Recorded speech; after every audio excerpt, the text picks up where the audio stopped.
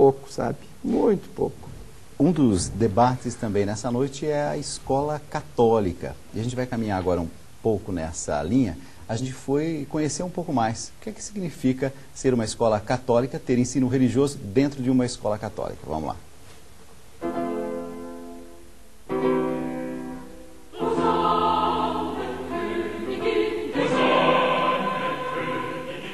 A gente sabe o que é Terra Santa?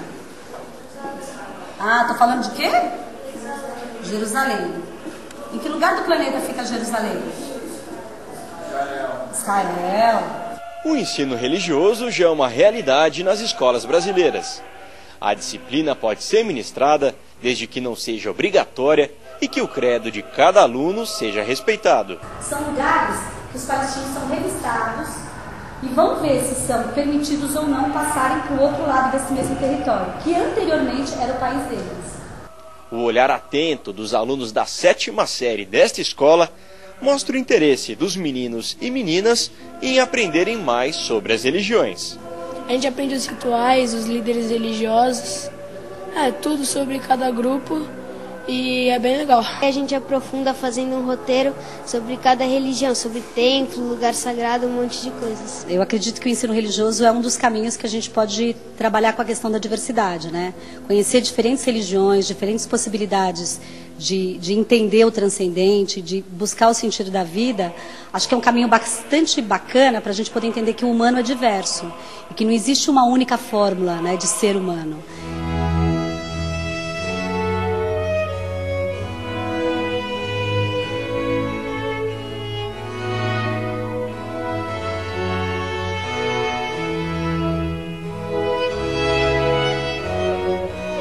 Preconceito e a orientação pessoal de cada um ficam do lado de fora da sala de aula.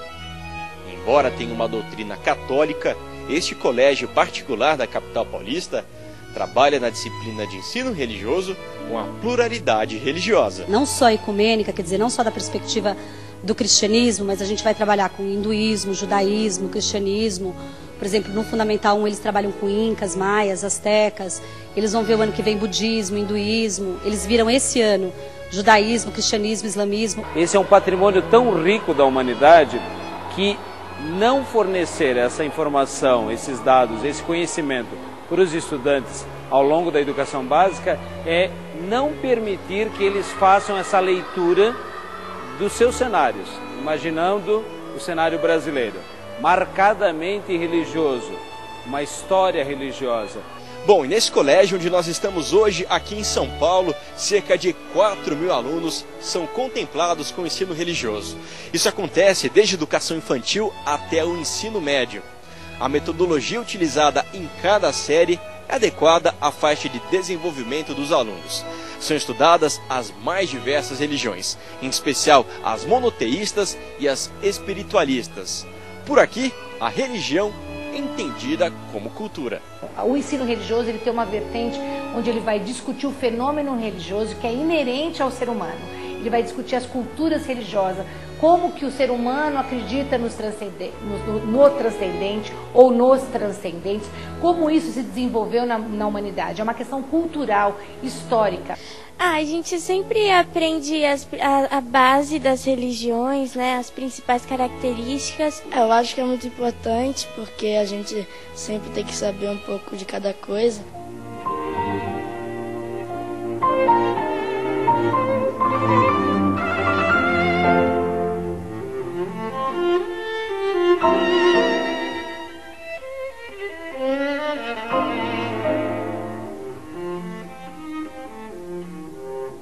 A gente pode não concordar com esse caminho que o outro escolheu para poder buscar o significado, o sentido da vida. Mas ele tem a sua legitimidade dentro da história, né? Dentro da cultura, dentro do tempo, dentro do espaço. O Lucas Bittencourt, de Porto Alegre, dentro desse contexto de religiosidade, ele primeiramente diz assim: eu tive a honra de ser aluno do padre Marcos, é um grande educador. A pergunta: é possível que o sujeito assuma um compromisso mais ético por causa da religiosidade, por causa da religião? Um abraço para o Lucas, né? Um bom aluno, bom professor, e um bom amigo. Eu não gosto muito de trabalhar assim questão mais ou menos, né? Porque quando a gente começa a colocar mais ou menos, a gente tem que ter alguns critérios. Como é que eu posso ter um critério e dizer que eu sou mais do que o outro? Acho muito difícil, sobretudo num diálogo com as pessoas, né?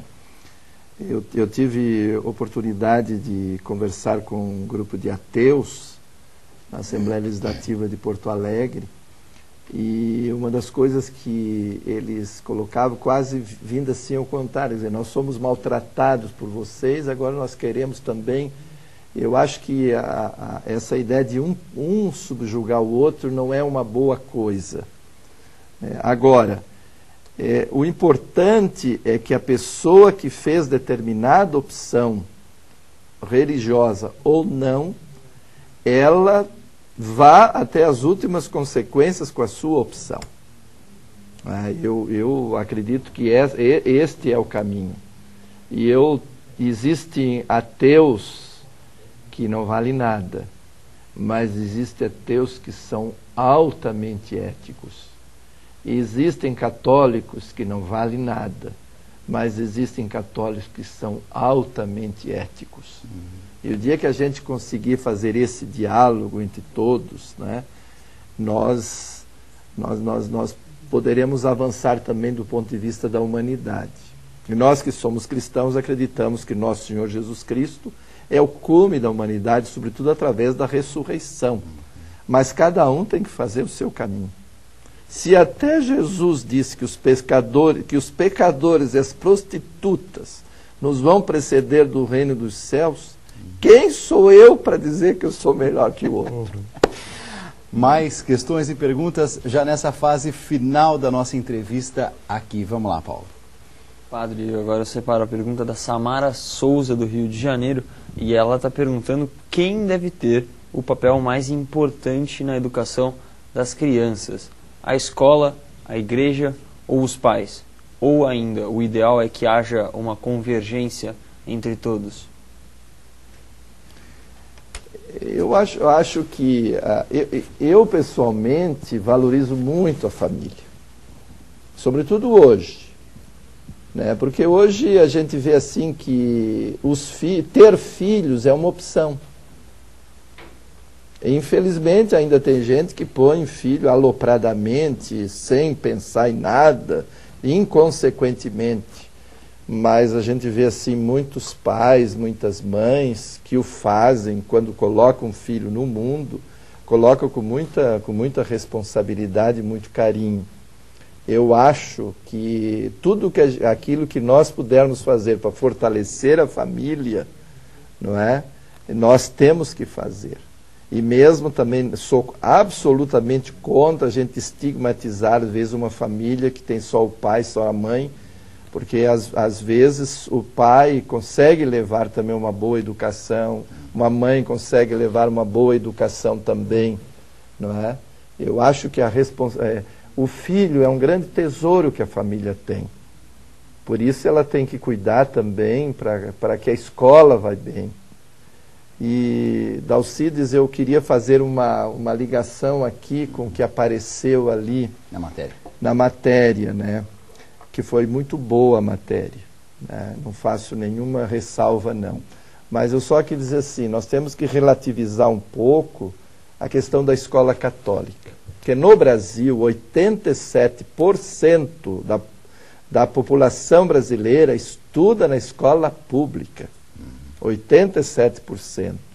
10% estuda na escola privada. E 3% estuda na escola confessional. Católica, no caso. Não, então, todas. Sim. Eu, de certa maneira, fiquei muito triste com o documento de Aparecida, porque o documento de Aparecida não diz uma palavra sobre a escola pública. Uma. E as crianças, os adolescentes, os jovens brasileiros estão na escola pública, né? Em um outro momento, se der tempo, nós falamos sobre a missão da escola católica. Para mim não me interessa se a criança está na escola pública, está na escola privada.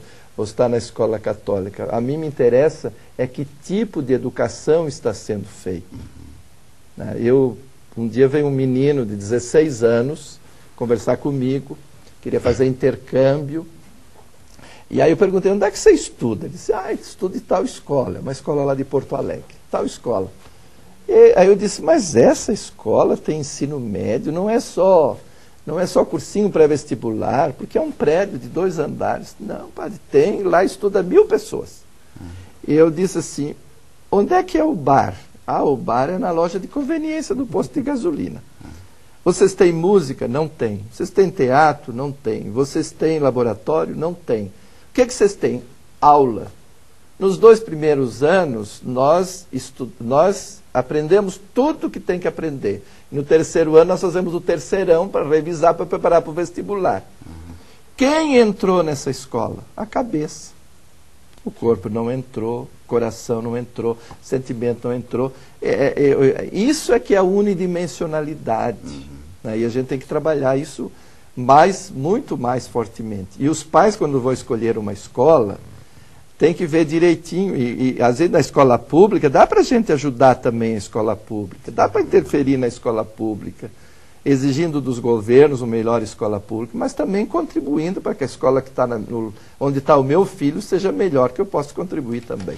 Temos 2 minutos, a gente vai às 2 últimas perguntas da noite com o padre Sérgio Baldim e depois pergunta de telespectador. Vamos lá. Nesse contexto da educação, né, nós temos um princípio muito grande, que precisa ser invertido. E digo em 2 vertentes. Uma, não que escola ou que mundo, que sociedade nós temos para os nossos filhos, mas quais filhos estamos gerando para o mundo e para a sociedade. Essa é uma premissa que nós precisamos. A visão da educação integral precisa ajudar cada um de nós e cada família a mudar esse paradigma, esse modelo. E depois, a felicidade não é um direito adquirido. Nós estamos falando da sociedade líquida, de toda a dimensão do sentir. A felicidade não é direito adquirido, a felicidade precisa ser conquista de vida. Então, como vincular na educação esses 2 elementos fundamentais, a conquista da felicidade e a formação daquele jovem, daquela criança para o mundo, para a sociedade, para a vida também, né? Sim. Não, eu concordo perfeitamente, meu irmão, concordo perfeitamente, né? Eu acho que às vezes assim, nós temos que ter um mundo melhor para os nossos filhos, mas a gente pode inverter. Nós precisamos educar filhos melhores para o nosso mundo. Sim. Né? Porque eu acho assim, a questão do professor também, né? Eu queria dar um abraço também aos professores, acadêmicos, toda a comunidade acadêmica da Faculdade Dom Bosco de Porto Alegre, né? Que muitos deles estão me escutando aqui. Eu tenho uma alegria imensa de fazer parte dessa comunidade educativa. E às vezes assim, quando tu contratas um professor para uma faculdade, então você vai contratar um professor para contabilidade internacional. E na realidade tu não está contratando um professor de contabilidade internacional, você está contratando um educador que vai dar aula de contabilidade internacional. Sim. Né? Eu fico assim muito triste às vezes quando um jovem, um aluno, não sabe nem o nome do seu professor, não fez vínculos, não faz vínculos. Claro, às vezes também a gente tem que dizer assim que muitos professores têm muitas turmas, realmente trabalham muito e é difícil manter isso. Mas a gente vê também que sem isto, como é que tu vai fazer educação? Né? Veja assim numa escola, eu acho, por exemplo, que a grande crise no sistema brasileiro é o ensino médio. O ensino médio brasileiro não tem objetivo nenhum. Por quê? Porque durante muito tempo o objetivo do ensino médio era preparar para o vestibular. Hoje nós temos 50% das vagas das universidades particulares estão vazias. Nós temos alguns cursos, medicina, odontologia, etc., que ainda tem disputa. Agora acabou essa... Agora, qual é o objetivo do ensino médio? Então eu vejo assim, né? Outro dia eu fiquei assim impressionado. Um menino do ensino médio de 15 anos, ele tem 15 disciplinas por semana. Português, inglês, espanhol, matemática, física, química, biologia, educação física, educação artística, educação religiosa.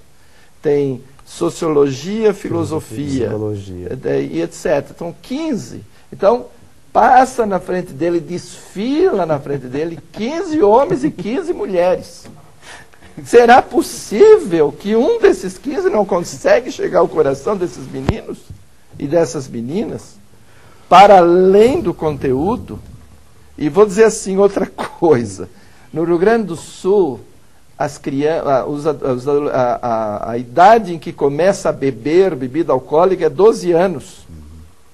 E o que a escola oferece para um menino de 12 anos como resposta? Álgebra. Álgebra. Não sou contra a álgebra, mas álgebra é muito pouco.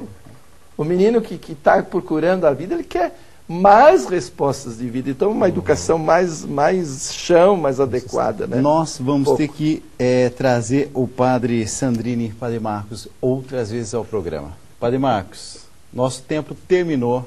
Paulo, eu sei que você estava afoito aí com as suas muitas perguntas. Eu quero agradecer nessa noite, não podia ter sido melhor, diretor da Faculdade Dom Bosco de Porto Alegre, Padre Marcos Sandrini, que é autor de vários livros, entre eles Religiosidade e Educação no Contexto da Pós-Modernidade. Padre Marcos, muito obrigado pela sua presença e tenho a certeza de que nos fez pensar. Eu estou aqui pensando o tempo todo sobre religiosidade, sobre educação, sobre ética, sobre a vida. Obrigado mesmo. Eu que lhe agradeço. E eu queria mandar um abraço para o Padre Márcio, para o Padre Gilson e para o Padre Tiago, que são os padres que fazem parte da minha comunidade religiosa. Sei que vocês estão me vendo, né? E nós também damos um testemunho de que nos queremos bem, nos amamos profundamente, cimentados em nosso Senhor Jesus Cristo. Estão vendo e estão orgulhosos, né? E o Padre Sérgio Augusto Baldin Júnior, que é diretor-presidente do Instituto Dom Bosco aqui em São Paulo. Muito obrigado mais uma vez. É uma alegria muito grande podermos colaborar, né, com a educação. Nossa perspectiva é sempre essa, na ação social e todo o trabalho também nosso como salesianos aqui na capital.